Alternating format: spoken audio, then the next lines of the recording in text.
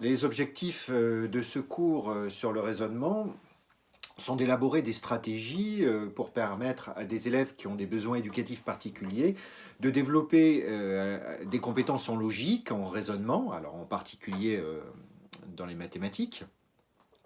Puis même, en fait, s'il y a des difficultés cognitives qui sont importantes, il s'agit de ne pas se contenter d'apprentissage qui serait uniquement mécanique en maths. Hein, alors, malgré que ces apprentissages mécaniques ils soient utiles, mais aussi de proposer des activités qui sont certes adaptées, mais qui impliquent une forme de raisonnement.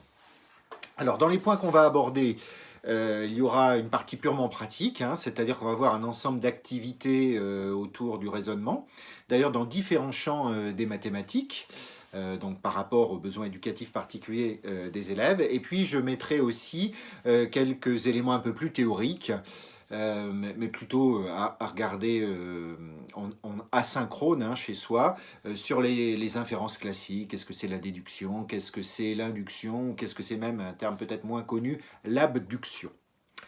Voilà.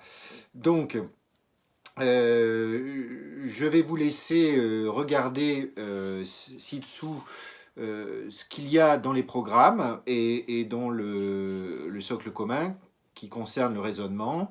Et vous allez voir que il y a des choses qui sont en commun, que ce soit dans le socle commun, dans les programmes cycle 2 notamment, cycle 3 autour de l'anticipation, enfin de compétences un petit peu générales, l'anticipation, mais aussi après des choses plus mathématiques sur les problèmes mathématiques.